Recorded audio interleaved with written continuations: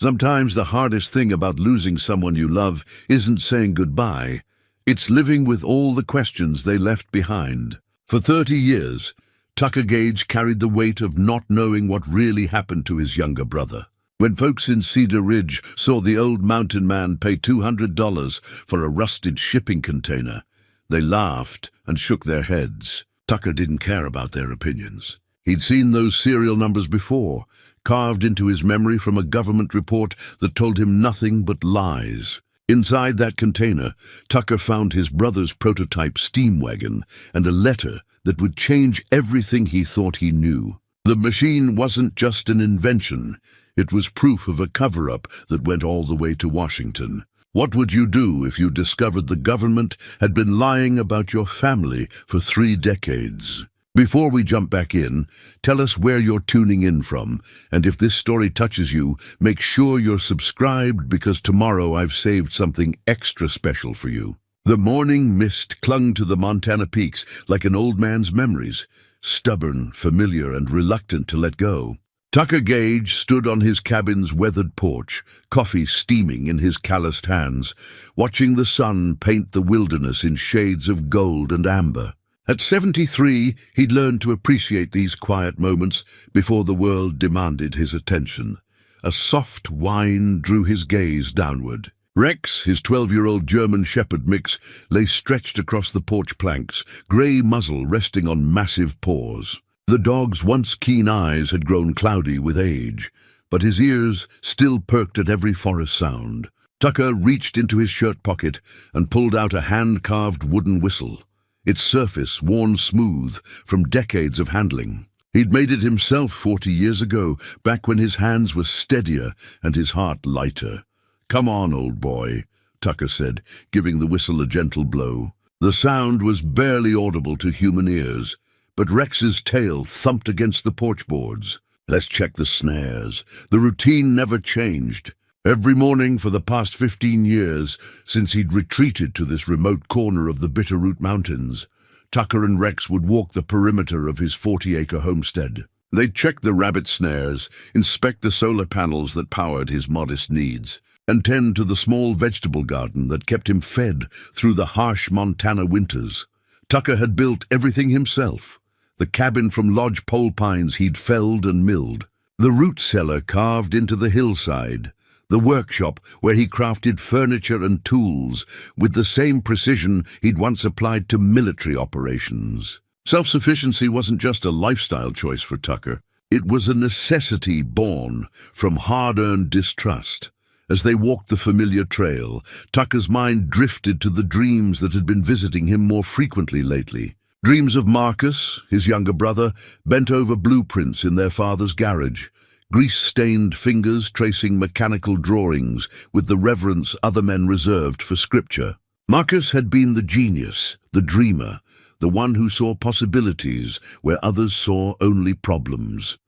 "You know what I'm going to build someday, Tuck?" Marcus had said one summer evening in 1978, when he was barely 25 and Tucker was preparing for his second tour overseas. "A machine that runs on nothing but steam and ingenuity. Clean power, no pollution, no dependence on oil or coal. Something that could change everything." Tucker had laughed then, not unkindly, but with the practical skepticism of a soldier who'd seen too much of the world's harsh realities. "Sounds like something out of Jules Verne, little brother," but Marcus had been serious, deadly serious. He had already earned his engineering degree from Montana State, already caught the attention of government contractors who saw potential in his unconventional ideas. Tucker had shipped out 3 weeks later, carrying the image of his brother's determined face and the sound of his ambitious dreams. When Tucker returned from his tour 18 months later, Marcus was gone, dead, according to the official report. A tragic accident at the government research facility where he'd been working.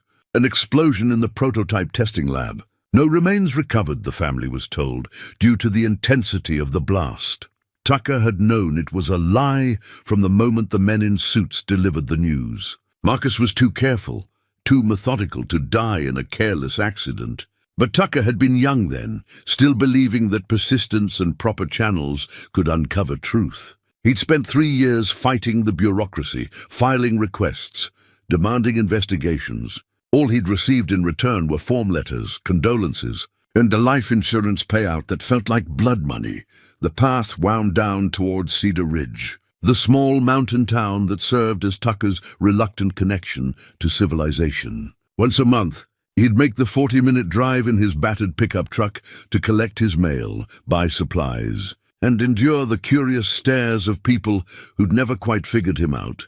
Cedar Ridge had been a logging town once, back when the forests seemed inexhaustible and environmental concerns were just the concerns of tree huggers. Now it survived on tourism and the monthly pension checks of retirees who'd chosen scenic poverty over urban comfort. The main street consisted of a general store, a diner, a post office, and Murphy's Bar, the kind of place where locals nursed their beers and discussed weather, politics, and the peculiarities of their neighbors with equal gravity. Tucker tied Rex to a post outside Brennan's general store and pushed through the door, bells jingling overhead. Sarah Brennan looked up from her inventory clipboard, her weathered face creasing into a smile. At 68, she was one of the few people in town who remembered when Tucker had first arrived. Hollow-eyed and silent, buying basic supplies and asking no questions that might invite conversation. "Morning, Tucker. Rex looks like he's moving a bit slower these days." "We all are, Sarah.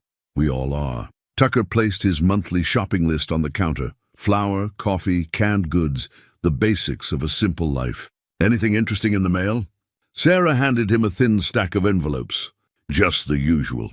Though I did hear something might interest you. Old Pete Morrison finally decided to sell off some of that junk in the rail yard.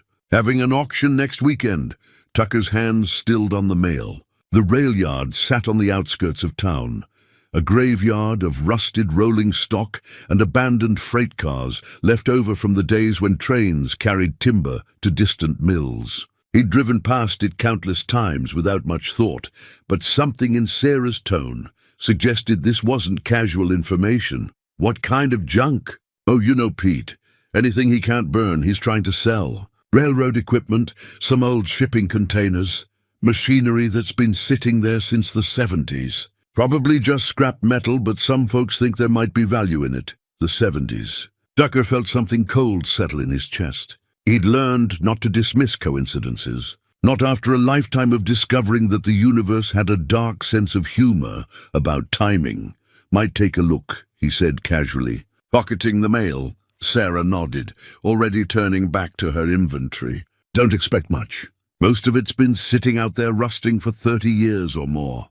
30 years. Tucker walked back to his truck in silence, Rex padding beside him with the patient loyalty of a creature who'd learned to read his master's moods. As they drove back up the mountain road, Tucker's mind worked through the mathematics of memory. Marcus had disappeared in 1981. 30 years ago would put those containers in the rail yard right. Around the time of his brother's death, the workshop behind Tucker's cabin held the tools of a man who'd learned to fix anything and trust no one. Hand tools mostly, though he'd invested in a few pieces of electric equipment powered by his solar array. On the workbench, partially assembled, sat a rocking chair he was crafting from local oak, a commission from Sarah Brennan for her grandson's new baby. Tucker had discovered woodworking during his early years of isolation, finding peace in the rhythmic motion of playing on wood. The satisfaction of creating something useful and beautiful from raw materials. It reminded him of watching his father work, back when the Gage family had been whole and happy and unaware of the tragedy that would fracture their future. He picked up a piece of sandpaper and began smoothing the chair's armrest, letting the repetitive motion calm his thoughts. Rex settled on his favorite blanket in the corner, content to watch his master work. The dog had been with Tucker for most of his mountain years, a stray puppy who'd wandered onto the property during a particularly harsh winter and decided to stay. As the afternoon wore on, Tucker found himself thinking about the shipping containers in the rail yard. Logic told him it was foolish to read significance into Sarah's casual mention of 30-year-old cargo boxes. But intuition, the same instinct that had kept him alive through 2 tours in hostile territory, whispered. That some mysteries demanded investigation. The sun was setting behind the peaks when Tucker finally set down his tools. He walked to the kitchen and opened a can of stew for dinner, sharing half with Rex, as had become their custom.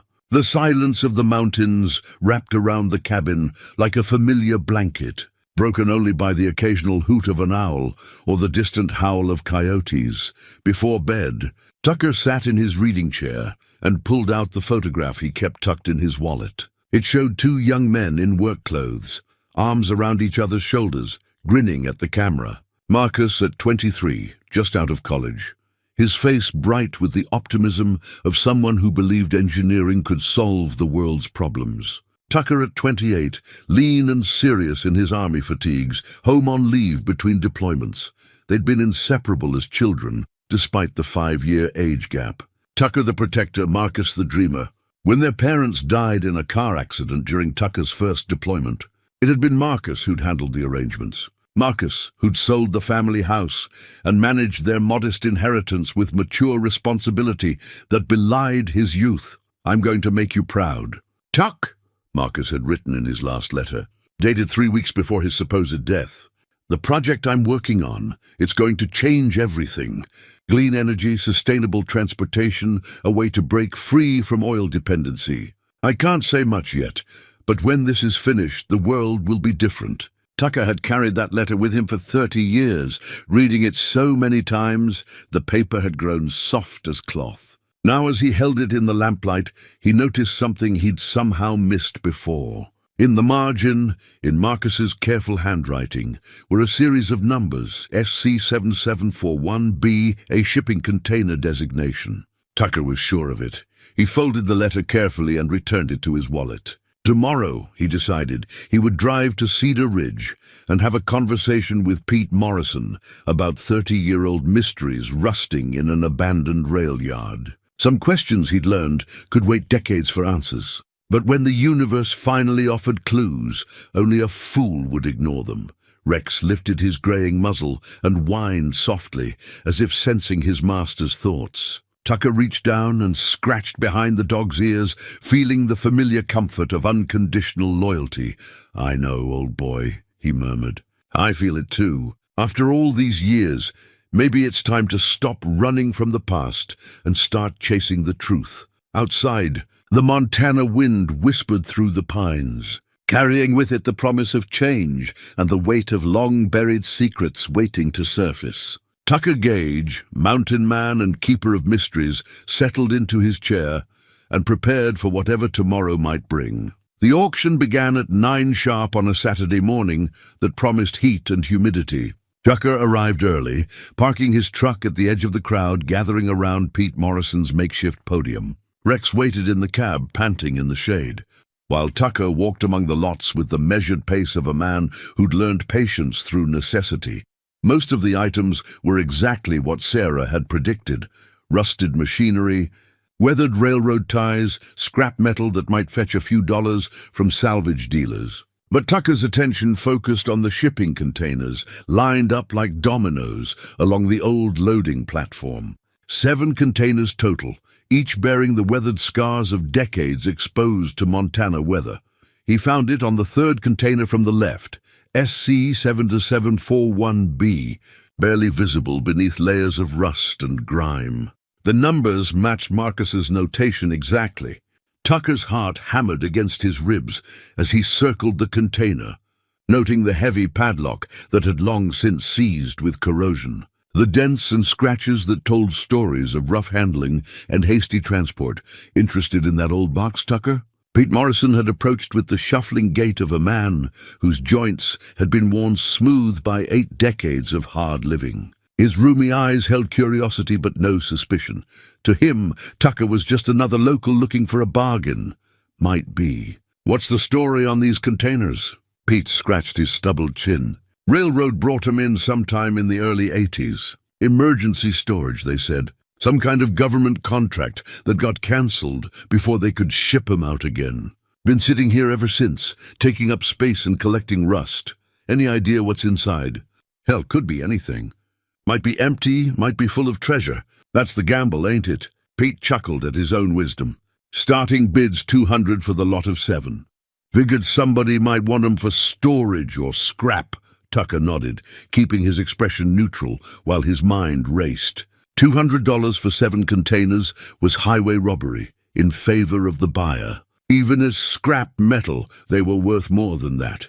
But Pete Morrison had never been accused of sharp business sense. The bidding started exactly as Pete had predicted. 200 for the lot, no other takers stepping forward. Tucker raised his hand, and the auctioneer's gavel fell with a sound like finality. Sold to Tucker Gage. You can settle up with Pete after the auction. Tucker paid in cash, as was his custom, and arranged to return with proper cutting tools. Pete handed over a ring of keys that probably hadn't worked in 20 years, along with a handwritten bill of sale that would satisfy any questions about ownership. "You planning to haul them all up to your place?" Pete asked. "Just the one for now. The rest can sit here until I figure out what to do with them." The drive back to the cabin felt longer than usual. Tucker's hands gripped the steering wheel tighter than necessary, and Rex seemed to sense his master's tension, whining softly from the passenger seat. By the time they reached the homestead, Tucker had made his decision. Whatever was in that container, whether treasure or disappointment, he would open it today. The workshop held everything he needed: bolt cutters for the ancient padlock, pry bars for the sealed doors, work lights powered by extension cords. Tucker loaded the tools into his truck and made the return trip to Cedar Ridge, his stomach tight with anticipation that felt equal parts hope and dread.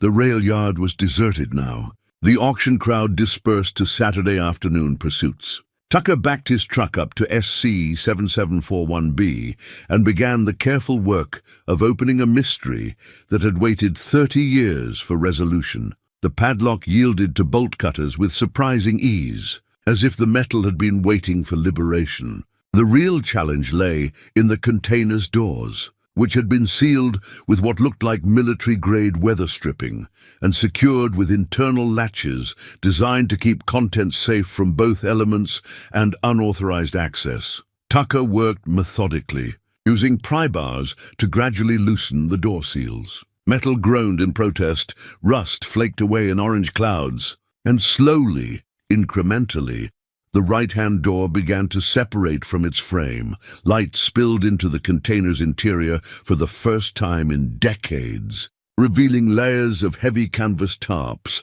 stretched over angular shapes. The air that escaped carried the sense of machine oil, preservatives, and something else. Something that made Tucker's chest tighten with recognition. His father's cologne. English leather, the same aftershave Marcus had worn since high school, claiming it made him sophisticated. The scent was faint but unmistakable, a ghost of memory that confirmed what Tucker's heart already knew. With trembling hands, he pulled away the first tarp. The machine beneath was like nothing Tucker had ever seen, yet somehow familiar, as if he'd encountered it in dreams or half-remembered conversations. It stood roughly 8 feet long and 4 feet high, built on what appeared to be a reinforced chassis with wheels designed for rail transport. The body was constructed from polished steel and brass fittings, with gauges and valves arranged with the precision of a fine timepiece. But it was clearly more than decorative. Steam pipes ran along the sides, connecting to a complex boiler assembly. The driving wheels were massive things, crafted with the attention to detail that marked true engineering artistry. And mounted prominently on the front was a brass nameplate that read, "Engage Prototype Steam Propulsion Unit, Patent Pending 1981. Tucker's vision blurred as emotion overwhelmed him. This was Marcus's dream made manifest. The clean energy transportation system his brother had envisioned during those late-night conversations in their father's garage. But it was more than a machine. It was proof that Marcus had lived longer than the official reports claimed, had worked on his designs beyond the supposed date of his death. Beneath the steam wagon, Tucker found a waterproof case secured with military-grade locks. Inside lay Marcus's personal journal, thick with notes and sketches, alongside technical blueprints that showed modifications and improvements to the original design. But most important was the sealed envelope tucked inside the journal's front cover, addressed in Marcus's careful handwriting, "For Tucker Gage, when the time is right." Tucker's hands shook as he opened the letter. Marcus's voice seemed to speak from the pages, clear and urgent despite the passage of years. "If you're reading this, Tuck, then something has happened to me, and the container has finally found its way to you. I've been living on borrowed time for months now, ever since I refused to let them weaponize my work. The steam propulsion system was supposed to be the beginning of clean energy, independence, a way to free transportation from oil, dependency and environmental destruction, but they want to use it for military applications. Weapons delivery systems, armored vehicles, machines of war instead of peace.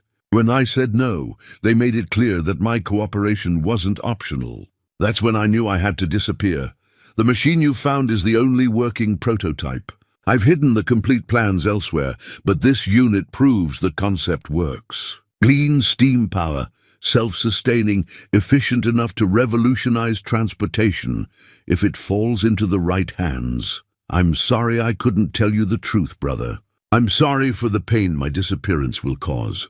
But I couldn't let them turn my dream into a nightmare. If something happens to me, I'm trusting you to decide what to do with this knowledge. The stamps and documentation in this case will tell you who's been watching me, who wants this technology, and why they were willing to fake my death to get it. Use your judgment, Tuck. You always had better instincts about people than I did. I love you, brother. Take care of yourself and remember, sometimes the most important battles are the ones nobody knows you're fighting. Marcus. Tucker read the letter 3 times before the words fully penetrated. His brother hadn't died in 1981. He'd been forced into hiding, driven underground by people who wanted to pervert his peaceful invention into an instrument of war. And now, 30 years later, the evidence of that conspiracy sat before Tucker like an accusation demanding justice. At the bottom of the case, beneath the technical drawings, Tucker found what Marcus had referred to as documentation. Military classification stamps on official letterhead, photographs of men in suits examining steam-powered prototypes, and most damning of all, correspondence between defense contractors and government officials discussing the acquisition and redirection of Marcus Gage's research. The sun was setting. By the time Tucker finished examining the container's contents, he carefully recovered the steam wagon and secured the case containing Marcus's journal and documentation. Whatever came next, he needed time to think, to plan, to decide how to honor his brother's sacrifice and trust. As he drove home through the gathering darkness, Tucker's mind was already working through possibilities. The letter had been written 30 years ago, but the conspiracy it revealed might still be active. The people who'd driven Marcus into hiding could still be dangerous, still be watching for any sign that their secret had surfaced. But Tucker Gage had been a soldier once, trained in tactics and patience. If someone had stolen his brother's life and dreams, they would answer for it. The only question was how to proceed without becoming another casualty in a war most people didn't even know was being fought. Rex whined softly from the passenger seat, and Tucker reached over to scratch the old dog's ears. "I know, boy, everything's about to change. But maybe that's not such a bad thing. Maybe it's time the truth came out." Tucker spent the next 3 days reading Marcus's journal from cover to cover, each page revealing new layers of a conspiracy that ran deeper than he'd imagined. His brother had documented everything with the meticulous care of an engineer, dates, names, conversations, and gradually escalating threats that painted a picture of government overreach and corporate greed. The journal began innocently enough, with Marcus's excitement about being recruited for a classified energy research project in 1979. He'd been fresh out of graduate school. Brilliant and idealistic, exactly the kind of mind the government needed for its alternative energy initiatives following the oil crisis. The project was housed at a facility outside Helena, officially designated as the Advanced Propulsion Research Laboratory. Day 47, Dr. Vasquez and I achieved breakthrough in steam pressure optimization today. The efficiency ratings are beyond anything we projected. This could revolutionize not just transportation, but power generation, manufacturing, everything. Elena thinks we're looking at Nobel Prize territory, Dr. Elena Vasquez. Tucker made note of the name as he continued reading. Marcus wrote about her frequently in those early entries. A brilliant physicist in her 40s who served as the project's senior researcher. She seemed to share Marcus's vision of clean energy technology that could benefit humanity rather than enrich defense contractors. But as the journal progressed, the tone grew darker. Military officials began attending their progress meetings. Questions shifted from, how can this help solve the energy crisis? To, what's the maximum payload this system could carry? And how quickly could these units be deployed in hostile terrain? Day 156. They want us to redesign the boiler assembly to handle explosive charges. Elena refused outright, said it went against everything we're trying to accomplish. Colonel Brennan wasn't pleased. He reminded us that our funding comes from Defense Department budgets, and they expect practical applications for their investment. Tucker recognized the pattern. He'd seen it in his own military service, how projects with noble intentions could be gradually corrupted by people who saw every innovation as a potential weapon. Marcus had been naive to think his research would remain purely academic. The journal entries grew shorter and more urgent as 1981 progressed. Marcus described increased surveillance, restricted access to his own research, and pressure to sign agreements that would transfer all intellectual property rights to the military. When he and Dr. Vasquez attempted to publish their findings in civilian scientific journals, they were blocked by classification orders. Day 203. Elena received a visit at her home last night. Two men in suits politely explaining that her family's safety depended on her continued cooperation. She's terrified, but still refusing to weaponize our work. I have to get her out of this, but I don't know how.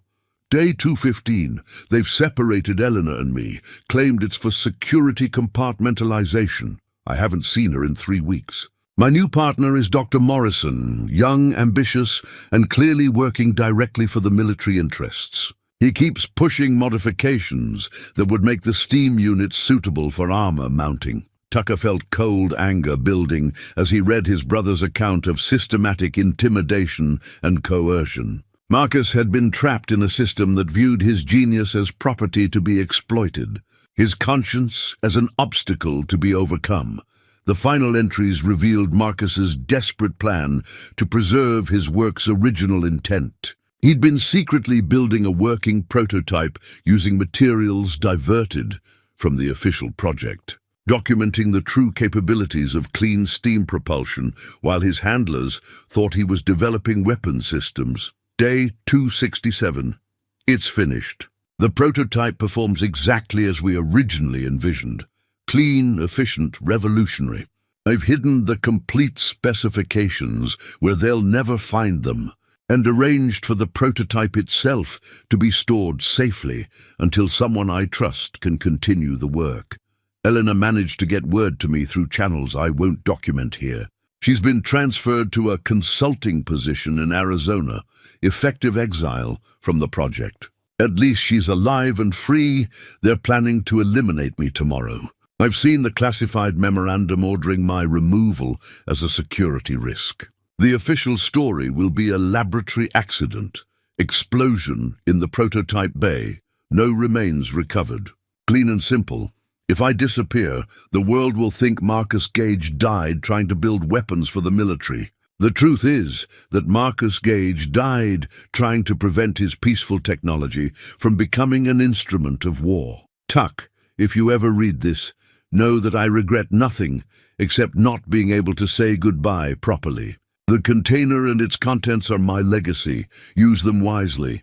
Tucker closed the journal and sat in silence for a long time. Outside his cabin windows, the Montana wilderness continued its eternal rhythms, indifferent to human betrayal and loss. Rex lay at his feet, occasionally lifting his graying muzzle to study his master's face with patient concern. The implications were staggering. Not only had the government faked his brother's death, they'd stolen his research and presumably continued developing weapons applications. Marcus had been murdered. There was no other word for it, by the very people who should have been protecting American innovation and ingenuity. But Marcus had also been clever. He'd hidden the prototype and documentation where government agents wouldn't think to look, disguised among surplus equipment in a forgotten rail yard. And he'd mentioned Dr. Elena Vasquez's transfer to Arizona, suggesting she might still be alive, still be a potential source of information.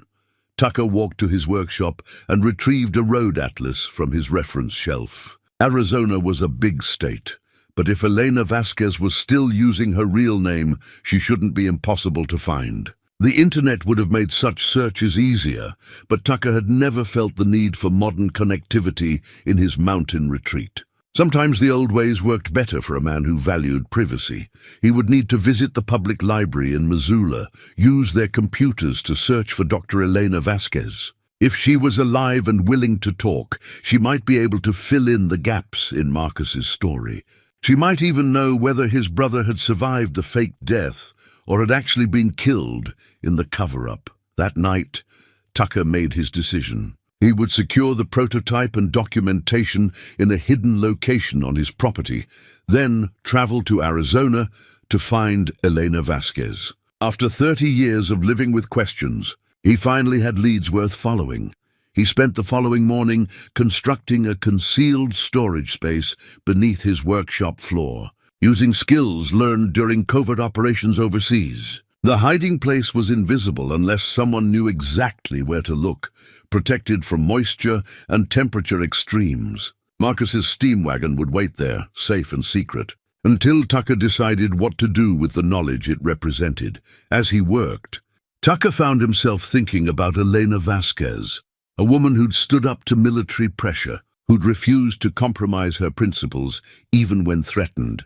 She and Marcus had been kindred spirits, united by their vision of technology, serving humanity rather than destroying it. If she was still alive, still fighting the same battle, Tucker needed to find her. Rex watched the preparations with the stoic patience of a creature who'd learned to accept his master's occasional mysterious projects. But even the old dog seemed to sense that something significant was happening, that the quiet routine of their mountain life was about to be disrupted. Tucker secured the prototype and sealed the hiding place, then stood in his workshop feeling the weight of inherited responsibility. Marcus had trusted him with more than family secrets. He'd trusted him with the power to expose a conspiracy that had cost lives and perverted scientific progress for 3 decades. The question now was whether Tucker Gage, mountain man and keeper of secrets, had the courage to become Tucker Gage, seeker of justice and avenger of the innocent. The answer, he realized, had never really been in doubt.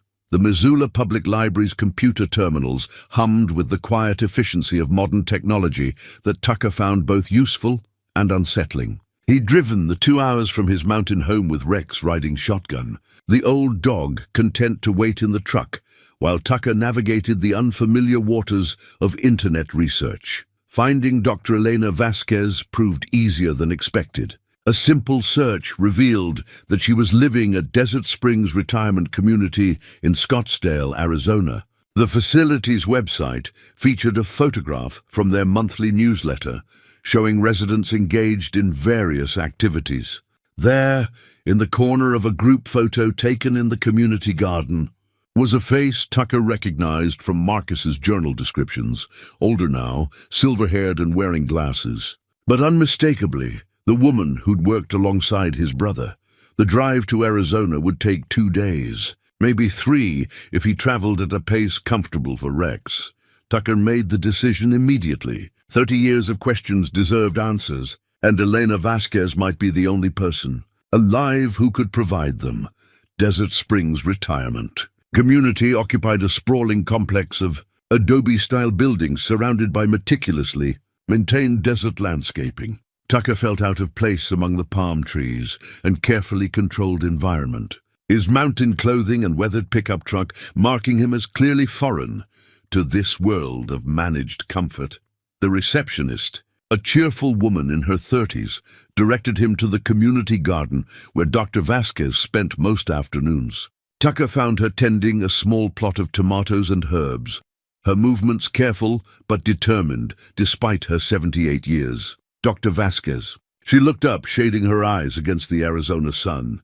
When she saw Tucker's face, her expression shifted from polite curiosity to something approaching recognition. "You have his eyes," she said quietly. "Marcus's eyes. You must be Tucker." The simple acknowledgement hit Tucker harder than he'd expected. For 30 years, no one had connected him to his lost brother. Here was someone who remembered Marcus not as a government casualty or classified footnote, but as a living person with family who loved him. "You knew I existed? Marcus talked about you constantly. His big brother, the soldier who kept him safe when they were children. He was so proud of your service record, so worried about your deployments overseas." Eleanor set down her gardening tools and studied Tucker's face. "He never stopped hoping he'd see you again." They walked to a shaded bench beneath a desert willow tree. Elena moved slowly, and Tucker noticed the slight tremor in her hands that suggested age-related neurological issues. But her mind seemed sharp, her memory clear when she spoke about the past. "I assume you found the container," she said. "Marcus was very particular about those numbers. Said you'd recognize them when the time was right." Tucker pulled the faded photograph from his wallet, the one showing him and Marcus together in happier times. Elena smiled when she saw it, her eyes softening with remembered affection.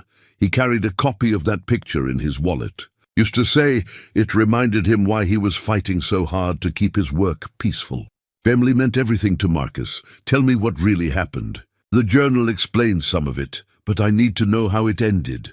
Elena was quiet for a long moment, gathering memories that were clearly both precious and painful. Marcus was brilliant, but he was also naive about how power works in government circles. He truly believed that good intentions would protect him, that scientific integrity meant something to the people controlling our funding. She described the gradual pressure that had been applied to their research team, the way military applications had slowly consumed their peaceful energy project. Elena had been the senior researcher, supposedly protected by tenure and reputation. But even she had been vulnerable to implicit threats about her family's safety. They separated us in the final months. Assigned Marcus to work with Dr. Morrison on weaponization protocols. Morrison was young, ambitious, completely willing to serve military interests without question. He reported everything Marcus said or did directly to Colonel Brennan. Did Marcus really die in 1981? Elena's hands trembled more noticeably. "I don't know. I've wondered about that for 30 years, hoped against hope that he somehow escaped. The explosion was real. I heard it from across the facility, saw the smoke and fire trucks. But I never saw remains, never had definitive proof that Marcus was actually killed." Tucker felt a spark of hope, dangerous, but irresistible. Where would he have gone? If he survived, where would Marcus hide? He had friends from graduate school, other engineers who shared his vision of clean technology. There was one in particular, David Chen, working for a small renewable energy company in Oregon. Marcus mentioned him several times, said David was one of the few people he trusted completely. Elena reached into her gardening bag and retrieved a small brass key, its surface tarnished with age. "Marcus gave me this 2 days before the explosion. Said if anything happened to him, I should keep it safe until someone from his family came looking for answers." The key was warm from her touch, solid and purposeful in Tucker's palm. "What does it open?" "A safety deposit box at First National Bank in Phoenix. Box number 847. Marcus registered it under an assumed name, Thomas Gardner, but he arranged for family access if proper identification was provided." Tucker stared at the key, feeling the weight of 30 years' worth of secrets condensed into a few ounces of brass. "Why didn't you use it yourself?" Elena's smile was sad but understanding. "It wasn't meant for me. Marcus was very specific. This was for family, for someone who had the right to know the whole truth. "I've been waiting 3 decades to give it to you." A young man approached their bench, concern evident in his expression. "Grandma Elena, you've been out here for hours." "Mum's worried about the heat." Elena introduced her grandson David, a software engineer in his late 20s, who'd inherited her careful manner and intelligent eyes. Tucker watched the family interaction with a mixture of longing and gratitude. Elena had people who cared about her welfare, who ensured she was safe and comfortable in her golden years. David, this is Tucker Gage. He's the brother of someone I worked with many years ago. David shook Tucker's hand with genuine warmth. "Any friend of Grandma's is welcome here." "Are you staying long in Scottsdale?" "Just passing through," Tucker replied. "But I'm grateful for the chance to meet your grandmother. She's helped me understand some important family history." As they prepared to part, Elena gripped Tucker's arm with surprising strength. "Be careful. The people who destroyed our project, who drove Marcus into hiding or worse, some of them may still be alive, still be powerful. They won't appreciate having their secrets exposed." Tucker nodded, pocketing the brass key carefully. "Do you regret it? The research, the stands you took?" "Never. Science should serve humanity, not destroy it. Marcus understood that, died for it if necessary. If you find proof that he survived, that he continued fighting for his principles, then everything we suffered was worthwhile." The drive back to Montana felt different, charged with purpose and possibility. Rex seemed to sense his master's renewed energy, sitting alertly in the passenger seat as they covered mile after mile of desert highway. Tucker's mind was already working through the logistics of reaching Phoenix, of accessing whatever Marcus had hidden in that safety deposit box. 30 years after his brother's disappearance, he finally had concrete leads to follow, real hope that answers might be within reach. But Elena's warning echoed in his thoughts as well. If powerful people had conspired to steal Marcus's research and eliminate him as a threat, they might not appreciate a mountain man with military training, asking uncomfortable questions about the past. Tucker Gage had spent 15 years learning to live quietly, avoiding attention and conflict. But some fights, he was beginning to understand, were worth the risk. His brother had died defending principles that mattered. The least Tucker could do was honor that sacrifice by seeking the truth. Whatever the cost, First National Bank of Phoenix occupied a gleaming tower of glass and steel that made Tucker feel like an anachronism in his flannel shirt and worn jeans. The security guard eyed him with professional suspicion, but Tucker's identification and Elena's brass key proved sufficient to gain access to the safety deposit box area. David Chen, Elena's grandson, had insisted on accompanying Tucker to Phoenix, claiming curiosity about his grandmother's mysterious past. Tucker suspected the young man's motives ran deeper than mere interest, but appreciated having someone familiar with modern banking procedures to navigate the bureaucratic requirements. The safety deposit box clerk, a precise woman in her 50s, examined Tucker's documentation with bureaucratic thoroughness before leading them to a private viewing room. Box 847 was larger than Tucker had expected, deep enough to contain substantial documents or objects. "Take your time," the clerk said, closing the door behind her. "Ring the bell when you're finished." Tucker inserted Elena's key with hands that trembled slightly from anticipation. The lock turned smoothly, as if it had been waiting 30 years for this moment. Inside the box lay a collection of items that represented Marcus's final preparations for whatever fate awaited him. On top was a videotaped message labeled, "For Tucker Gage, personal and confidential." Beneath that, rolled blueprints secured with rubber bands, photographs of machinery Tucker didn't recognize, and a second brass key attached to a tag reading Oregon Storage Unit 247. But it was the photographs that made Tucker's breath catch. They showed Marcus, clearly alive and working, in what appeared to be a machine shop or laboratory.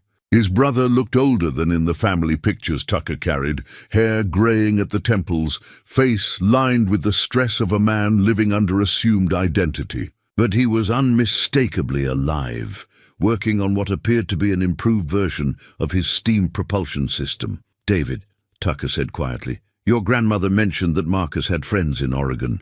Engineers working on renewable energy projects." David looked up from examining the blueprints spread across the table. "She did say something about that. A company called Green River Technologies, I think. Small outfit working on alternative energy solutions." Tucker's pulse quickened. The photographs showed Marcus in what could easily be a private research facility, the kind of place where an engineer with a new identity might continue his life's work. If these pictures were recent, and they appeared to be taken with modern equipment, then Marcus could still be alive. The videotaped message presented a logistical challenge. Neither Tucker nor David carried equipment capable of playing the antiquated format, but David's technical background suggested solutions. "There's an electronics shop downtown that transfers old media to digital formats," David offered. "They could probably convert this to something we can watch on a laptop." An hour later, they sat in David's rental car outside the electronics shop, watching Marcus Gage speak to them across 30 years of separation and secrets. The video quality was poor, clearly recorded in haste under stressful conditions, but Marcus's voice was exactly as Tucker remembered. "If you're watching this, Tuck, then you found the evidence Elena and I prepared for you. I'm sorry for the deception, sorry for letting you believe I was dead. But the people hunting me don't take prisoners, and involving you would have put your life in danger. By now, you've seen the prototype and read my journal. You know why I had to disappear, why I couldn't let them turn my work into an instrument of war. What you don't know is that I survived the explosion at the facility. Elena helped me stage my death, gave me time to escape before the authorities arrived. I've been living under the name Thomas Gardner, continuing my research in secret. The steam propulsion technology works even better than we originally projected. Clean energy, sustainable transportation, revolutionary applications for both civilian and industrial uses. But the military-industrial complex that destroyed our original project is still active, still developing weapons based on stolen versions of my early designs. They've created abominations of the technology, using it to power military vehicles and weapon systems that would horrify you. I've been working on a way to expose their theft, to prove that the peaceful applications were the original intent. The storage unit in Oregon contains my current prototype and documentation that could bring down some very powerful people. I don't know if I'll live to see justice done. The men hunting me are persistent and well-funded. But if something happens to me, I'm trusting you to decide whether the world should know the truth about clean energy technology and government corruption. Find Thomas Gardner in Corvallis, Oregon. That's where I've been hiding, where I've continued the work. The key in this box will open Storage Unit 247 at Secure Space Storage. Inside, you'll find everything needed to expose the conspiracy that stole my life and perverted my research. I love you, brother. I've missed you every day for 30 years. Whatever you decide to do with this information, know that you've been my inspiration throughout this long exile. The hope of seeing you again has kept me fighting when everything else seemed hopeless. The video ended with Marcus reaching toward the camera, his face etched with exhaustion and determination. Tucker sat in stunned silence, processing the revelation that his brother was, or had been, alive and working somewhere in Oregon. "When was this recorded?" Tucker asked. David checked the digital file properties on his laptop. The conversion shop said the original tape was probably from the early 2000s, based on the video quality and magnetic signature. So maybe 15, 20 years ago, which meant Marcus could still be alive, still be working under his assumed identity in Oregon. Tucker felt hope and anxiety warring in his chest. After 30 years of believing his brother was dead, the possibility of reunion seemed almost too overwhelming to contemplate. But Marcus's warning about persistent hunters couldn't be ignored. If government agents or defense contractors were still tracking down loose ends from the 1981 cover-up, Then Tucker's investigation might have already attracted unwanted attention. "David, I need to ask you something important. Are you willing to help me find your grandmother's old colleague? This isn't a game. The people involved have already killed to protect their secrets." David's response was immediate and determined. Grandma Elena spent 30 years wondering what happened to Marcus, whether he was alive or dead. "If there's a chance we can find him, give her that closure. Then I'm in completely." Tucker nodded, feeling grateful for the young man's loyalty and courage. "Then we're going to Oregon. But first, we need to be very careful about how we travel and who we talk to. If Marcus was right about being hunted, then we might be walking into significant danger." They spent the evening planning their route to Corvallis, researching Thomas Gardner's possible addresses, and preparing for a journey that might end in reunion or tragedy. Tucker carried Marcus's videotaped message in his jacket pocket, a tangible connection to the brother he'd thought lost forever. Rex waited patiently in the hotel room, sensing his master's excitement but unable to understand the cause. Tucker scratched the old dog's ears and promised him they'd be home soon, hopefully with answers to questions that had haunted the Gage family for 3 decades. The drive to Oregon took them through some of the most beautiful country in America, but Tucker barely noticed the scenery. His mind was consumed with memories of childhood adventures he'd shared with Marcus, stories he'd planned to tell if they ever met again, and questions that had accumulated over 30 years of separation. David proved to be an ideal traveling companion, curious but not intrusive, helpful without being pushy. As they covered mile after mile of interstate highway, Tucker found himself sharing war stories and life lessons with the young man, grateful for the distraction from his churning emotions. "Tell me about Marcus when you were kids," David said as they crossed into Oregon. "Grandma Elena always described him as brilliant but naive. What was he like as a little brother?" Tucker smiled, reaching into his jacket pocket to touch the brass compass he'd carried since childhood, Marcus's gift to him before his first deployment overseas. The compass had guided him through hostile terrain in 2 wars and 15 years of mountain solitude. Now it was leading him toward the most important navigation of his life. Marcus was the kind of kid who took apart alarm clocks to see how they worked, then actually managed to put them back together. When he was 12, he built a working steam engine out of soup cans and bicycle parts. Set our mother's garden shed on fire testing it. But the principle was sound. The memories came flooding back as they drove through the Columbia River Gorge. Marcus, at age 8, explaining to their father why the family car would run better if they modified the carburetor. Marcus at 15, winning the state science fair with a solar panel design he'd developed in the garage. Marcus at 23, calling Tucker overseas to excitedly describe his acceptance into the government research program that would ultimately destroy his life. He always believed that engineering could solve the world's problems. Tucker continued. Clean energy, efficient transportation, sustainable technology. He saw solutions where other people saw obstacles. "Sounds like Grandma Eleanor," David observed. "She still talks about renewable energy like it's a moral crusade." Corvallis, Oregon, turned out to be a small college town dominated by Oregon State University and filled with the kind of environmentally conscious businesses that would attract someone like Marcus. They found Thomas Gardner's address in the phone directory, a modest house on the outskirts of town, surrounded by the kind of workshop buildings that suggested serious mechanical work. Tucker's heart hammered as they drove past the property. The house looked lived in, but not currently occupied, with newspapers accumulating on the front porch and an overgrown garden that suggested recent neglect. A small sign by the mailbox read, "T. Gardner, Custom Mechanical Repair." "Looks like he's been gone for a while," David said quietly. They parked at a nearby coffee shop and spent the afternoon making discreet inquiries about Thomas Gardner.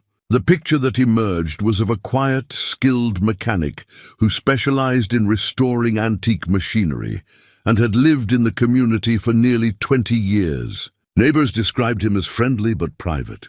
Someone who kept to himself but was always willing to help with mechanical problems. Haven't seen Tom in maybe 6 months, said the owner of the hardware store, where Gardner apparently bought supplies. Used to come in regular for specialty parts and materials. Heard he might have moved away, but he didn't say goodbye or anything.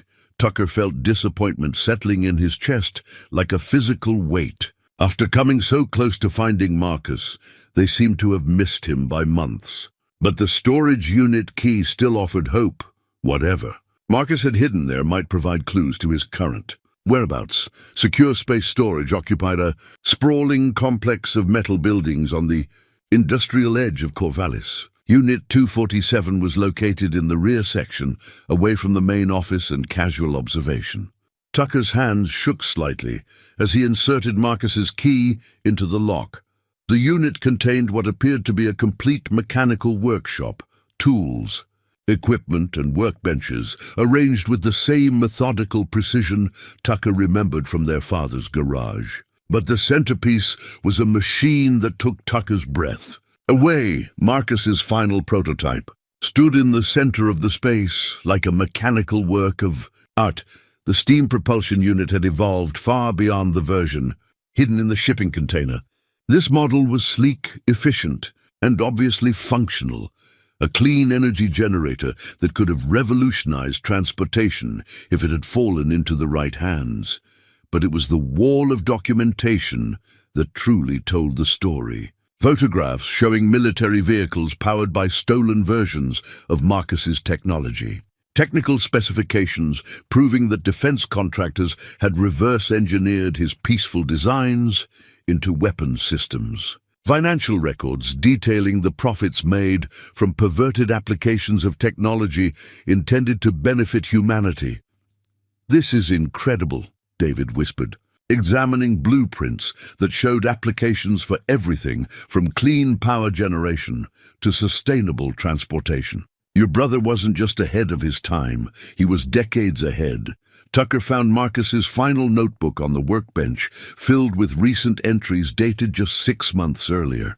The handwriting was older, shakier than in the original journal, but unmistakably his brother's. "They found me again. After 20 years of peace, the hunters are closing in. Someone leaked my location, probably traced through supply purchases or utility records. I have maybe weeks before they arrive. The prototype is complete. Everything I dreamed of in 1981, perfected through decades of secret research. Clean energy, sustainable technology, proof that weapons were never the intended application. I'm too old to run again, too tired to start over in another identity. If they want to silence me, they'll have to do it publicly now. I've prepared evidence packages for journalists, scientists, and environmental groups. The truth will come out whether I live to see it or not. Tucker, if you're reading this, I'm either dead or in hiding so deep that Thomas Gardner has ceased to exist. Don't mourn for me. I've had 30 years longer than they intended to give me, 30 years to perfect the work and prepare the evidence. The compass I gave you when we were kids. Follow it home, brother. Follow it to the truth." Tucker pulled the brass compass from his pocket, studying its familiar weight and craftsmanship. Marcus had been clever even as a child, hiding meanings within meanings. The compass didn't just provide direction, it provided guidance, purpose, the moral bearing needed to navigate difficult decisions. "David, we need to get this evidence to people who can use it. Journalists, scientists, someone with the platform to expose what really happened." But as they prepared to leave the storage unit, Tucker noticed a black sedan parked across the street from the facility entrance. 2 men in suits sat inside, watching the storage complex with professional patience. "We're not alone," Tucker said quietly, his military training automatically assessing threat levels and escape routes. "Someone's been waiting for us to lead them here." David's face went pale as he realized the implications. "You think they've been following us since Phoenix?" Tucker was already moving, gathering the most crucial documents and evidence while planning their exit strategy. Marcus had been right about persistent hunters. The question now was whether Tucker's old skills were sufficient to keep them alive long enough to honor his brother's sacrifice. The brass compass seemed to grow warm in Tucker's pocket, as if Marcus himself was providing guidance for the dangerous path ahead. Some truths Tucker realized were worth dying for. The challenge was staying alive long enough to share them with the world. Tucker guided David through the back exit of the storage facility, using skills learned in hostile territory to avoid the surveillance team. They made it to David's rental car through a maze of industrial buildings, but Tucker knew their pursuers wouldn't be far behind. Professional hunters had resources and patience that ordinary citizens couldn't match. They drove in silence for 20 minutes, taking random turns and doubling back through residential neighborhoods to ensure they weren't being followed. Only when Tucker was satisfied they'd lost the surveillance did he direct David to a small roadside diner where they could regroup and plan their next move. The diner was the kind of place that attracted truckers and shift workers, anonymous, cash-friendly, and unlikely to ask questions about strangers seeking privacy. Tucker chose a booth in the back corner where he could watch both entrances while they examined the evidence they'd rescued from Marcus's storage unit. "Your brother documented everything," David said, spreading photographs across the table. "Look at these military vehicles. They're clearly using his steam propulsion technology, but configured for weapons delivery and armor support." Tucker studied the images with growing anger. Marcus's peaceful energy innovation had been perverted into exactly what he'd feared most: machines of war designed to kill rather than create. Tanks powered by clean steam technology, weapons platforms that could operate silently in hostile terrain, mobile artillery systems that left no exhaust signature for enemy detection. But it was the financial documentation that revealed the true scope of the conspiracy. Defense contractors had made billions from technology they'd stolen after faking Marcus's death. Patents had been filed under corporate names, with no mention of the original inventor.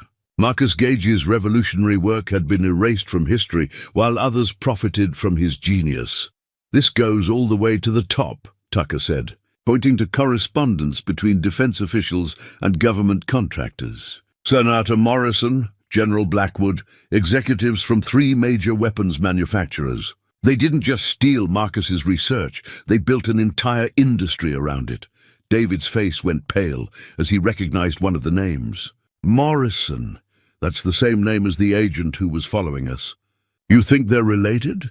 Before Tucker could answer, the diner's front door opened, and 2 men in dark suits entered. They moved with the professional confidence of federal agents, their eyes scanning the room with practiced efficiency. Tucker recognized them immediately as the surveillance team from the storage facility. "Back door," Tucker whispered, already moving. "Leave everything except the most crucial documents." But as they reached the rear exit, it opened to reveal a third man, younger than the others. With the kind of lean build and alert posture that suggested military background, he was blocking their escape route with casual authority, one hand resting near his jacket where a weapon would be concealed. "Gentlemen," the young man said, his voice carrying a slight southern accent. "Agent Morrison, Department of Defense Security. We need to have a conversation." Tucker's mind raced through tactical options. 3 armed professionals in a confined space with civilian bystanders who could be hurt in any confrontation. His military training provided solutions, but they all involved unacceptable risks to innocent people. "What kind of conversation?" Tucker asked, keeping his hands visible while calculating distances and angles. "The kind where you tell me what you've learned about Thomas Gardner's research, and I explain why it's in everyone's best interest to forget this investigation ever happened." Agent Morrison gestured toward an empty booth, his movement casual but unmistakably threatening. The other 2 agents had positioned themselves to control the main entrance and prevent any attempt at flight. Tucker and David sat across from Morrison, who spread his own collection of photographs on the table. These images showed Marcus, clearly identifiable, despite 30 years of aging, working in various laboratories and workshops over the past decades. "Thomas Gardner has been a person of interest for over 20 years, Morrison explained. "We know about his real identity, his research activities, and his ongoing efforts to undermine national security through unauthorized technology disclosure." National security? Tucker's voice carried dangerous edge. My brother invented clean energy technology. How is that a threat to anything except corporate profits? Morrison's smile was cold and professional. Your brother developed technology with significant military applications. When he refused to cooperate with lawful government requests for full disclosure, he became a security risk. His subsequent theft of classified materials and unauthorized continuation of restricted research made him a fugitive. That's not what happened, David interjected. The research was stolen from him. The military applications were never his intention. Intention is irrelevant, Morrison replied. Results matter. The technology exists. It has strategic value. And civilian control of such capabilities presents unacceptable risks to national defense. Tucker studied the young agent's face, noting the resemblance to someone he'd seen in Marcus's documentation. You're related to Senator Morrison, aren't you? The one who was involved in the original cover-up? Morrison's professional composure cracked slightly. My grandfather served his country with distinction. He understood that sometimes difficult decisions must be made to protect American interests. The pieces clicked into place with sickening clarity. This wasn't just about government bureaucracy or military security. It was personal. The Morrison family had built their political dynasty on profits from stolen technology, and they couldn't afford to have that foundation exposed. Where is my brother? Tucker demanded. Marcus Gage died in a laboratory accident in 1981. Thomas Gardner is a fugitive who stole classified government property and has been evading lawful apprehension for decades. When we locate him, he'll face charges for treason, theft of military secrets, and violation of national security statutes. But Morrison's answer revealed more than he'd intended. If they were still hunting for Marcus, then he was likely still alive, still free, still working somewhere beyond their reach. Tucker made his decision with the clarity that comes from moral certainty. I'm not helping you find him, and I'm not forgetting what I've learned about the conspiracy that stole his life's work. Morrison's facade of professional courtesy evaporated. Mr. Gage, you don't understand the situation. Your brother's technology in the wrong hands could destabilize military balances worldwide. We're not the villains here. We're the people trying to prevent global catastrophe by profiting from stolen research and murdering inconvenient inventors, by making hard choices that civilians don't have the clearance or judgment to understand. Tucker recognized the logic of people who'd convinced themselves that any action was justified by sufficiently important goals. He'd seen that mentality before. In war zones, where good intentions gradually corrupted into something monstrous. The encrypted hard drive David had discovered in Marcus's storage unit lay hidden in Tucker's jacket pocket, containing decades of evidence about government corruption and corporate theft. Morrison and his team clearly didn't know about it, or they'd have mentioned it specifically. What do you want from us? Tucker asked. Cooperation. An agreement to cease this investigation and return any materials you've obtained to proper authorities. In exchange, you walk away from this with no charges filed and no further government interest in your activities. And if we refuse, Morrison's smile returned colder than before, then you become persons of interest in an ongoing national security investigation. Your mountain property gets searched. Your financial records get examined. Your daily activities get monitored indefinitely. Tucker felt the weight of decision pressing down on him. He could accept Morrison's offer, return to his quiet mountain life, and pretend he'd never learned the truth about Marcus's fate. It would be the safe choice, the practical choice, but the brass compass in his pocket seemed to grow warm against his chest, reminding him of promises made and family bonds that transcended personal safety. I need time to think, Tucker said finally. Morrison checked his watch with theatrical precision. You have 24 hours. Tomorrow at noon we meet again. You bring everything you've taken from Gardner's storage unit, and we discuss the terms of your cooperation. As the agents filed out of the diner, Morrison paused at Tucker's booth. Mr. Gage, your brother made the mistake of believing his principles were more important than practical realities. I hope you're wiser than he was. Tucker watched them leave, then turned to David. Are you ready for this to get much more dangerous? David's jaw was set with determination that reminded Tucker of Elena's stubborn courage. "Your brother spent 30 years fighting for something he believed in. The least we can do is make sure his sacrifice meant something." Tucker nodded, feeling the weight of inherited responsibility and the guidance of Marcus's compass. The conspiracy was larger and more powerful than he'd imagined, but it had a weakness, its dependence on secrecy. If they could get Marcus's evidence to the right people, expose the truth to public scrutiny, then even Senator Morrison's political dynasty couldn't survive the scandal. The question was whether they could stay alive long enough to honor Marcus's legacy and bring justice to light. Tucker and David spent that night in a motel room 40 miles from Corvallis, hunched over David's laptop as they worked to decode the information on Marcus's encrypted hard drive. The device contained 30 years of meticulous documentation, photographs, financial records, technical specifications, and correspondence that painted a damning picture of systematic corruption. "This is incredible," David whispered, scrolling through files that showed the progression of Marcus's stolen technology, from peaceful energy research to military weapons systems. "Your brother documented everything.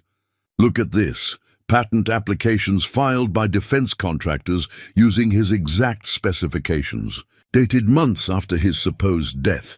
Tucker studied the screen, feeling his anger crystallize into cold determination. Marcus hadn't just been a victim. He'd been a strategic thinker who'd spent decades building a case against his persecutors. Every file on the drive was carefully organized, cross-referenced, and supported by multiple sources of evidence. He was preparing for this moment, Tucker realized. All these years, he wasn't just hiding, he was gathering proof, building an unassailable case against the people who stole his life's work. The most damning files showed correspondence between Senator Morrison and defense contractors discussing the acquisition and redirection of clean energy research. The language was careful, legally defensible, but the intent was clear. They targeted Marcus specifically because his technology threatened their fossil fuel investments while offering revolutionary military applications. But the drive contained something even more valuable, evidence that Marcus was still alive and still working. The most recent files were dated just 3 months earlier, including photographs of a new prototype that made his previous work look primitive by comparison. "He's been in contact with someone," David said, pointing to email exchanges with an address identified only as Truth Seeker 47. "Look at these messages. They're coordinating some kind of public disclosure." Tucker read the exchanges with growing excitement. Marcus and his mysterious contact had been planning to release the evidence publicly, to expose the conspiracy through multiple media outlets simultaneously. The plan had been interrupted by Morrison's agents closing in, but the framework was still in place. Truth Seeker 47 mentions having connections with investigative journalists and environmental groups, Tucker noted. "If we could make contact, continue Marcus's plan, we'd need to find him first," David interrupted. "The emails mention a meeting place, but it's coded somehow." Tucker studied the message thread more carefully, applying the same methodical analysis he'd used for military intelligence. Marcus had always been clever with codes and hidden meanings, even as a child. The references to the place where steam meets sky and coordinates from the gift of childhood suggested personal significance rather than random encryption. "Steam meets sky," Tucker mused. "That sounds like something from our childhood. We used to go—" He stopped, memory flooding back with sudden clarity. "Mount Hood. There's a hot springs resort near the base of Mount Hood where our parents took us camping every summer. Marcus always said it was where Earth's steam met heaven's sky." David pulled up a map on his laptop. "Mount Hood Hot Springs Resort, about 2 hours from here. But what about the coordinates from the gift of childhood?" Tucker pulled the brass compass from his pocket, studying its familiar face with new understanding. Marcus had given him this compass when he was 12 years old, inscribed with what Tucker had always assumed were decorative markings. But now, examining them more closely, he realized they weren't decorative at all. They were coordinates. 45 degrees, 21 minutes north. 121 degrees, 43 minutes west. Tucker checked the coordinates against David's map. That's the exact location of the hot springs resort. They prepared to leave immediately, but Tucker insisted on taking precautions that reflected his military background. He purchased basic camping equipment and supplies for an extended stay in wilderness terrain, along with communication equipment that would work in areas beyond cell phone coverage. "If this goes wrong," Tucker told David as they loaded the car, "you drive straight to the nearest FBI field office and give them copies of everything we've found. Don't trust local law enforcement. Morrison's family has too much political influence." David nodded, but his jaw was set with determination that reminded Tucker of Elena's stubborn courage. "Nothing's going wrong. We're going to find Marcus, expose the truth, and make sure these people answer for what they've done." The drive to Mount Hood took them through some of Oregon's most beautiful countryside, but Tucker barely noticed the scenery. His mind was focused on the upcoming reunion with his brother, the culmination of 30 years of questions and grief. Rex dozed in the back seat, occasionally lifting his graying muzzle to study his master's tense posture. Mount Hood Hot Springs Resort occupied a scenic valley at the base of Oregon's most prominent peak. The facility had been modernized since Tucker's childhood visits, but the essential character remained unchanged. Natural hot springs, feeding pools carved from volcanic stone, surrounded by old-growth forest that seemed untouched by time. They checked into separate cabins and spent the afternoon reconnoitering the area, identifying potential meeting places and escape routes. Tucker's military experience proved invaluable as he assessed the terrain for tactical advantages and vulnerabilities. As evening approached, they made their way to the coordinates specified by Marcus's compass. The location turned out to be a secluded hot spring pool fed by underground thermal vents, accessible only by a narrow trail through dense forest. It was exactly the kind of place Marcus would choose, private, defensible, and rich with childhood memories. Tucker heard footsteps on the trail long before he saw their source. His hand moved instinctively toward the concealed pistol he'd carried since leaving Montana, but he forced himself to remain calm. After 30 years of separation, this reunion deserved better than suspicion and fear. The man who emerged from the forest shadows was clearly Marcus, despite the changes wrought by time and stress. His hair had gone completely gray, his face was lined with worry and exhaustion, but his eyes held the same intelligent warmth Tucker remembered from their youth. "Hello, Tuck." The simple greeting hit Tucker harder than any elaborate speech could have. This was his brother, alive and real after 3 decades of believing him dead. Tucker felt 30 years of grief and guilt lifting from his shoulders like a physical weight. "Marcus." Tucker's voice cracked with emotion. "I thought the report said I know what they said. I'm sorry for letting you believe it, but involving you would have meant signing your death warrant." Marcus stepped forward hesitantly, as if uncertain of his welcome. "I've thought about you every day for 30 years. Wondered if you'd forgive me for disappearing." Tucker crossed the distance between them in 2 quick steps and embraced his brother with fierce intensity. "There's nothing to forgive. I understand why you had to run, why you couldn't contact me. I just wish, I wish things could have been different too." They sat on the stone edge of the hot spring pool, and Marcus explained what had happened since his staged death. Elena had helped him escape the facility after creating evidence of a fatal explosion. He'd lived quietly under assumed identities, continuing his research while documenting the systematic theft of his technology. "They perverted everything I tried to create," Marcus said, his voice heavy with regret. "Clean energy became weapons technology. Peaceful transportation became military vehicles. My dream of helping humanity became a nightmare of enhanced warfare." "But you never stopped fighting," Tucker observed. "The evidence you've gathered, it's enough to bring down everyone involved in the conspiracy." Marcus nodded toward David, who'd been listening in respectful silence. "Elena's grandson has been invaluable in preparing the digital evidence packages. We've identified journalists and scientists who can't be bought or intimidated, people with the platform and courage to expose the truth. When do we make the disclosure? Tucker asked. Tomorrow. Truth Seeker 47. That's Dr. Sarah Martinez. An investigative journalist with the Washington Post has agreed to publish our evidence simultaneously with releases to environmental groups and scientific journals. Once the information is public, Morrison and his people can't suppress it without making the situation worse. But Marcus's expression remained troubled, despite their apparent success. There's something else, Tuck. The final prototype I've been working on, it's more than just evidence of theft. It's a functioning demonstration that could revolutionize energy production worldwide. But it also represents a target that Morrison's people will kill to acquire. Tucker felt the familiar weight of tactical decision-making settling on his shoulders. Where is the prototype? Hidden in a cave system about 2 miles from here. I've been using it as a workshop for the final assembly and testing.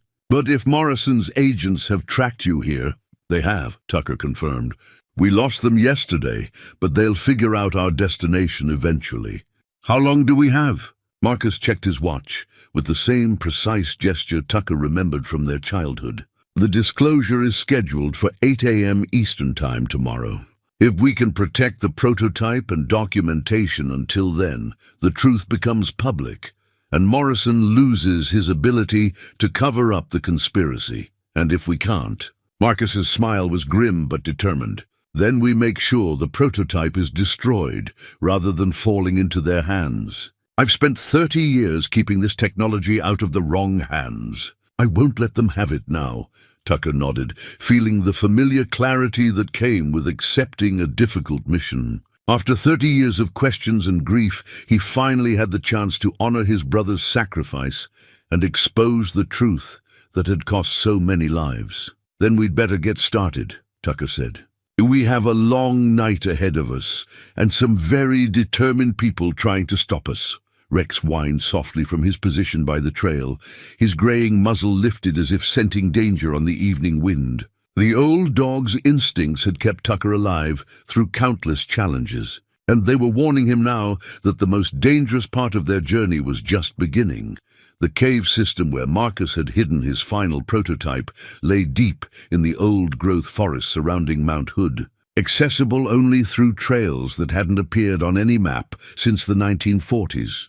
Tucker followed his brother through the darkness, impressed by Marcus's knowledge of terrain that offered both concealment and defensive advantages. I've been preparing this position for months, Marcus explained, as they approached a natural rock formation that concealed the cave entrance. Multiple escape routes, cached supplies, and communication equipment that can't be jammed or traced.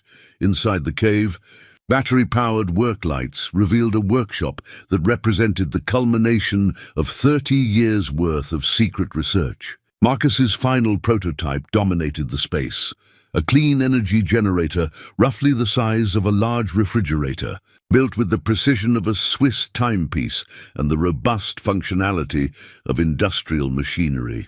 This single unit could power a small town indefinitely, Marcus said, running his hands over the polished metal surfaces with obvious pride. Zero emissions, minimal maintenance requirements, fuel costs measured in pennies rather than dollars. It's everything I dreamed of building when we were kids in Dad's garage.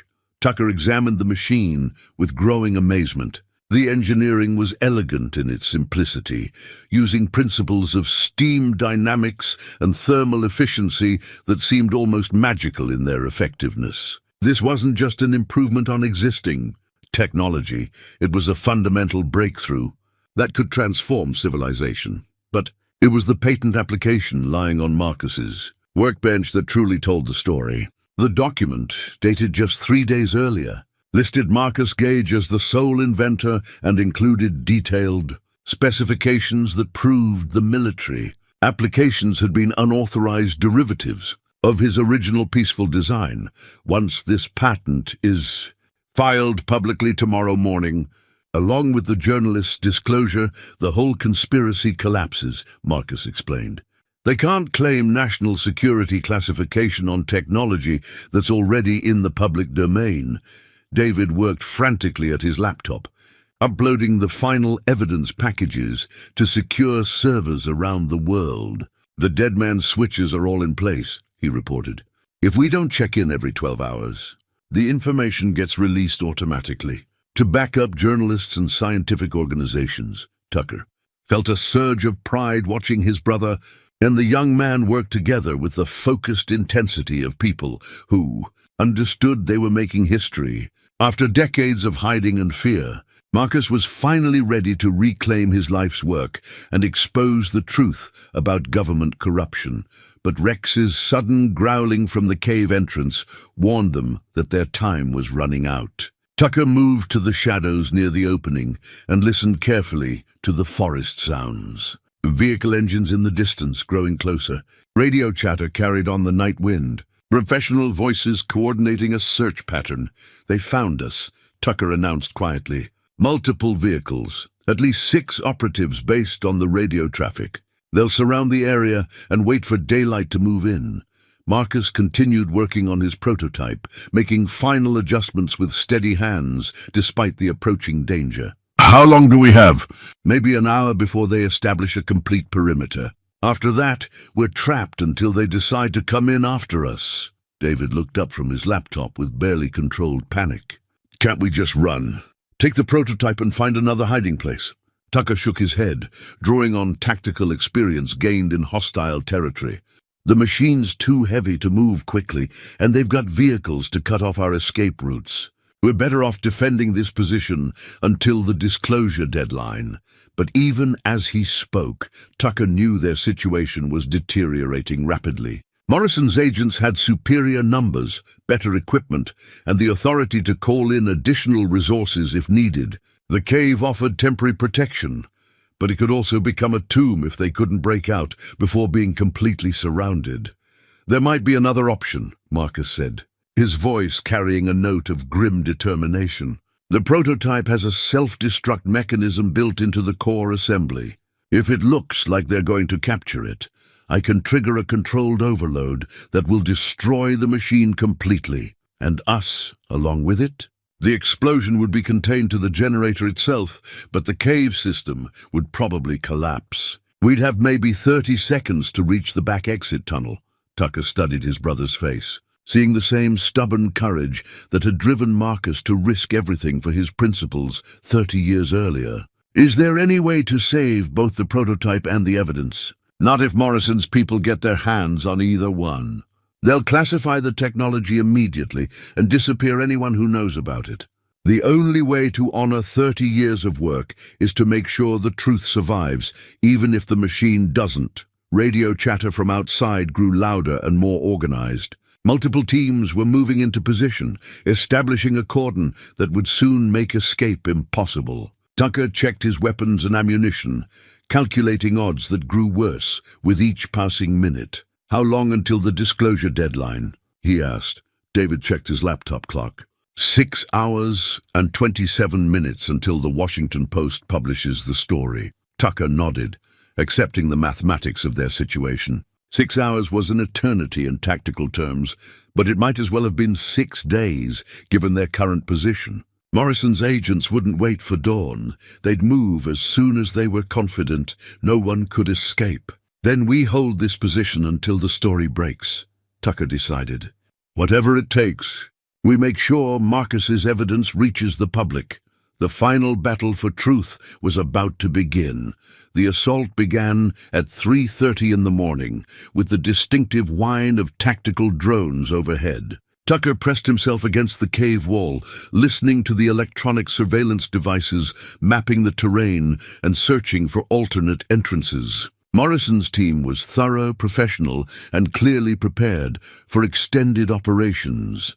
Movement on the main trail, Tucker reported, watching infrared signatures through the scope of his hunting rifle. 4 operatives advancing in tactical formation. Marcus continued working at his laptop, uploading final backup files to servers around the world while monitoring news feeds for any sign that their story had broken early. The prototype hummed quietly in the background, its clean energy output powering their equipment while serving as a constant reminder of what they were fighting to protect. Rex lay near the cave entrance, his graying muzzle resting on his paws, but his ears alert to every sound from the forest. The old dog had been Tucker's companion through 15 years of mountain solitude, and his presence provided comfort even in the face of overwhelming odds. Agent Morrison's voice echoed from a portable speaker outside the cave, amplified to carry clearly through the rock walls. "Mr. Gage, this is your final opportunity to surrender peacefully.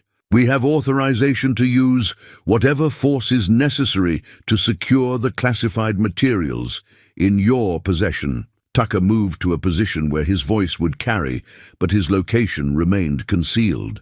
"The only classified materials here are the ones you stole from my brother 30 years ago.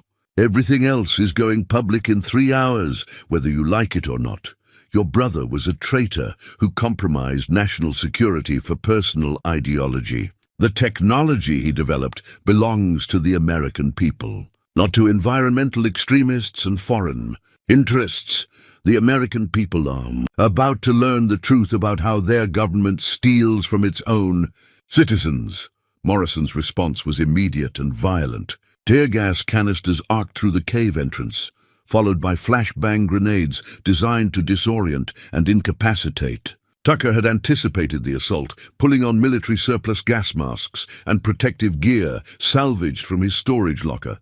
But the attack had an unexpected consequence. Rex, startled by the explosions and blinded by chemical irritants, bolted toward the cave entrance where Morrison's operatives were preparing to advance. Tucker heard his faithful companion's agonized yelp as automatic weapons fire cut down the old dog who'd been trying to protect his master. "Rex!" Tucker's anguish transformed into cold fury as he watched his loyal friend collapse near the cave mouth. The dog's collar tag, bearing Tucker's name and contact information, caught the light from muzzle flashes as Rex struggled to crawl back toward safety.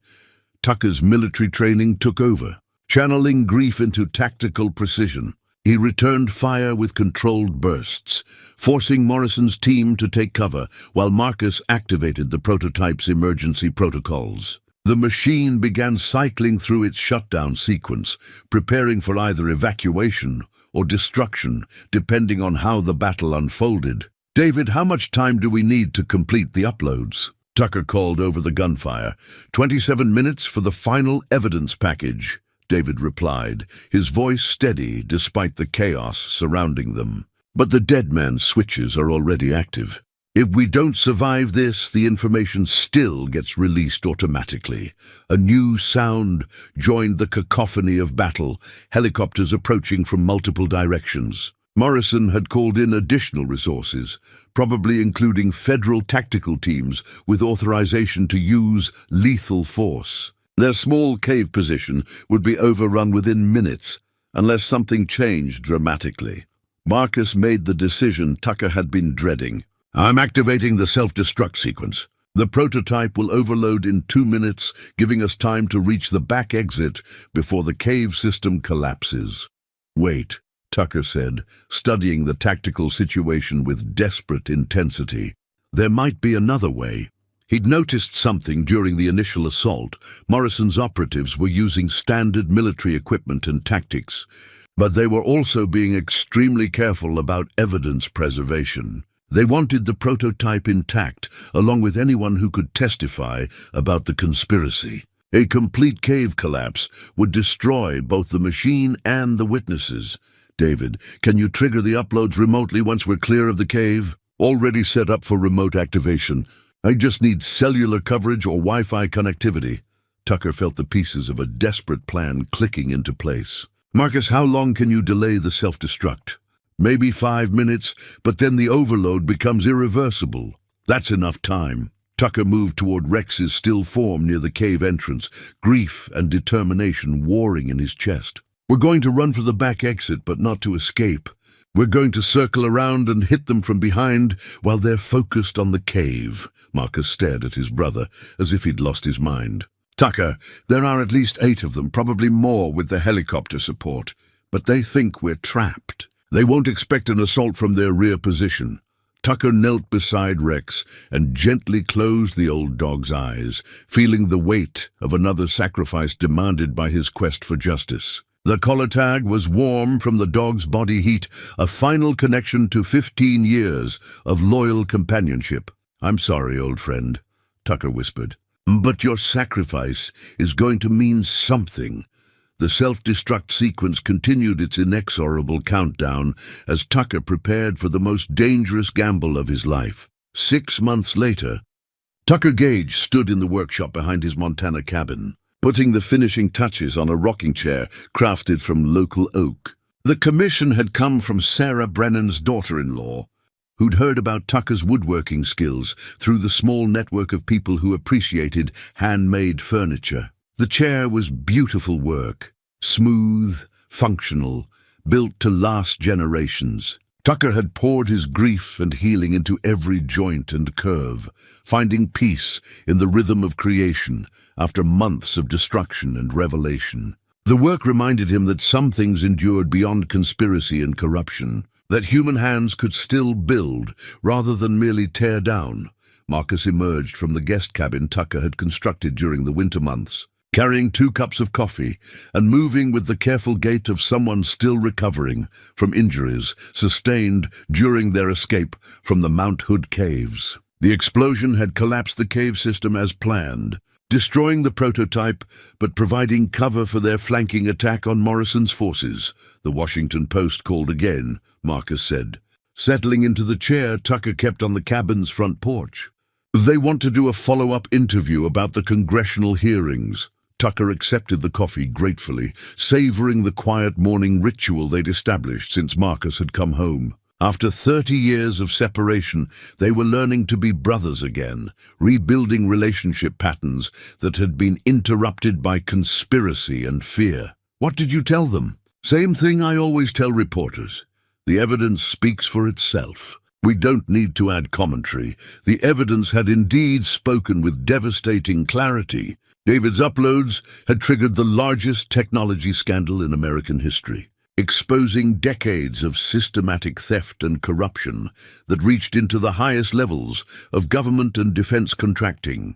Senator Morrison had resigned in disgrace before being indicted on multiple felony charges.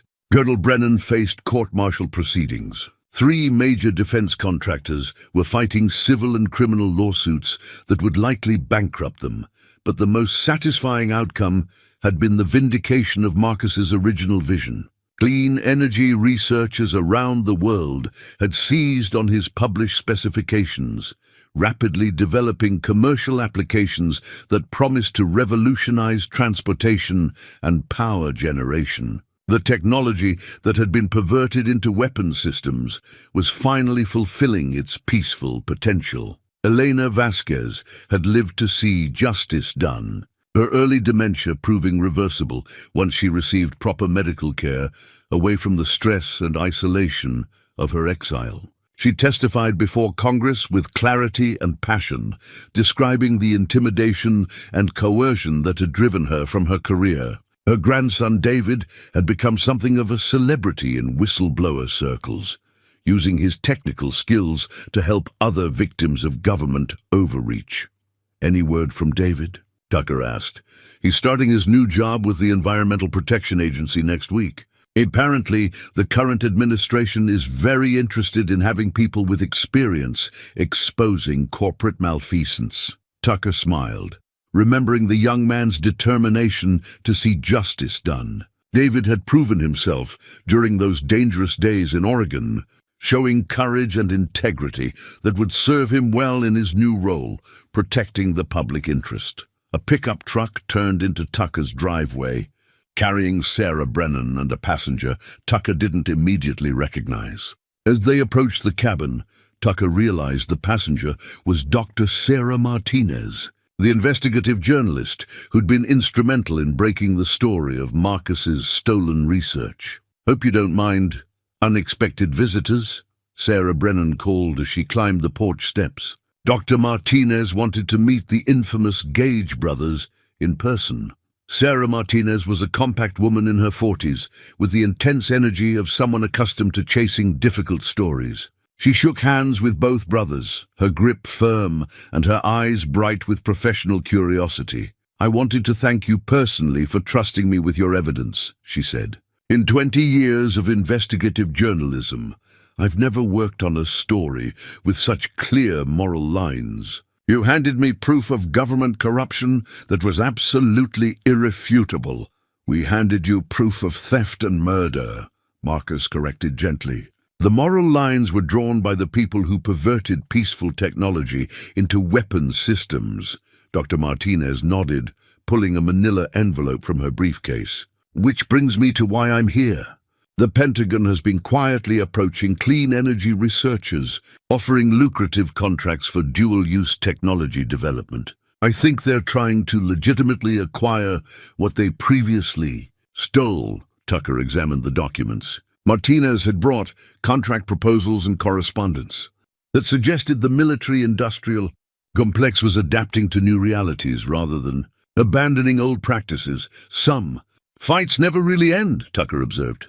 "They just change tactics, which is why I'm starting a foundation to support independent researchers," Marcus announced.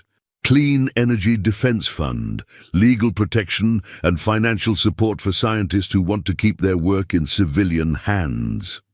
It was exactly the kind of initiative Tucker had expected from his brother. Marcus had never been content with simply exposing problems. He wanted to build solutions that would prevent future corruption. The foundation would be funded by lawsuit settlements from the defense contractors, turning their ill-gotten profits into protection for the next generation of inventors. As their visitors prepared to leave, Dr. Martinez handed Tucker a handwritten letter addressed in familiar script. "This came to my office yesterday, forwarded through several intermediaries.